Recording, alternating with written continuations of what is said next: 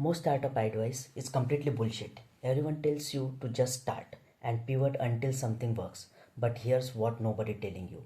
The best startup idea sounds terrible at the first. Google, the 30th search engine. Facebook, a website for a broke college kids. And in this video, I am going to show you the actual formula the Sam Altman used to teach in Stanford.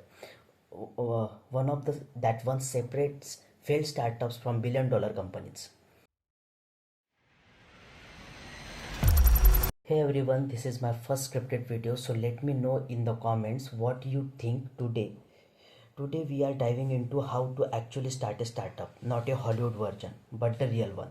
According to Sam Altman, who launched companies worth billions, success comes down to this formula.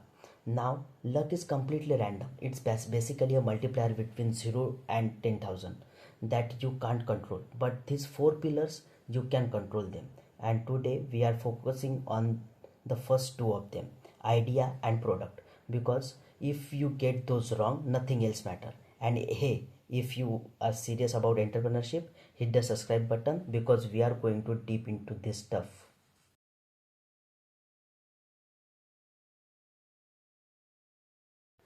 Okay, let's talk about idea right now. It's actually considered uncool to spend time with thinking about your idea. The trendy advice is just to start building and pivot later. But here's the problem with that. Every great company, and I mean everyone, started with a great idea, not a random pivot. Here's what you need to understand. The best startup idea looks terrible on the surface. You want something that's unpopular but right. Think about it. Google was the 13th search engine. When everyone said search was solved, Facebook just for college student with no business model. This is actually your competitive advantage. If everyone thinks your idea is stupid, you have zero competition. The key is having a specific insight into a why it's actually brilliant. And here's this thing people get wrong. You can change almost anything in startup, your product, your team, your strategy, but you cannot change the market. So pick a market that's small today but growing fast. That's your elevator is going up. Think of it like this: starting a startup is like stepping into an elevator. If you pick a market that's rapidly growing, even if you make mistakes, the elevator is carrying you up. But if you are in the dead market, you can run as hard as you can, you are still going down. Choose your elevator wisely.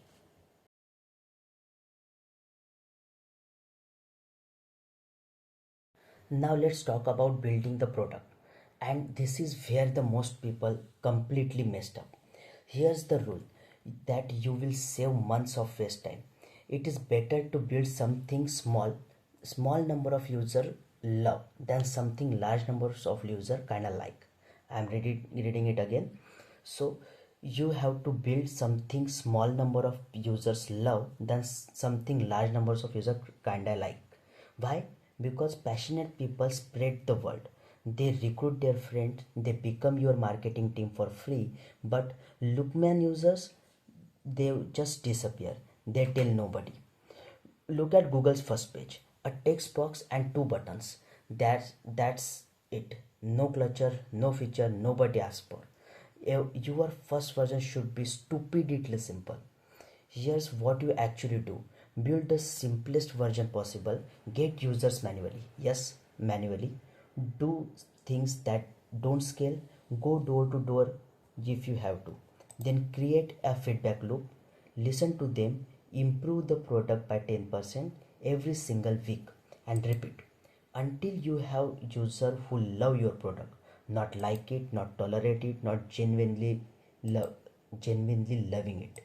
Nothing else matter.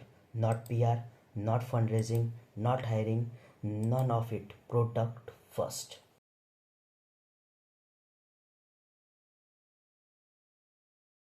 Okay, the real talk for a second.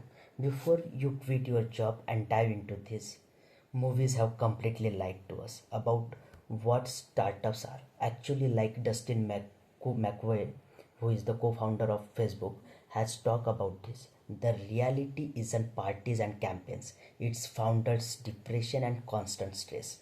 You are responsible for people's livelihood, you are always on call, even on vacations. You think you will be the boss and make all the rules. Actually, a CEO, you are just deciding who to disappoint at the list every single day. And here's something nobody tells you: if your goal is to impact or money, you don't have to be a founder. Brad Taylor joined Google as an employee and invented Google Maps. Now it is used by billions of people. You can change the world without being a founder also. So when you should start a startup then?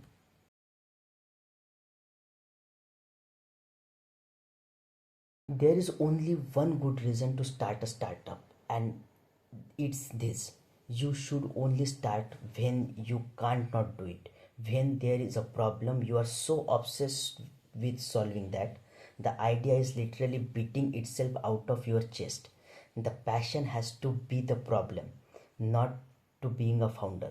The startup is just the vehicle to solve the problem. If you have that, then you are ready.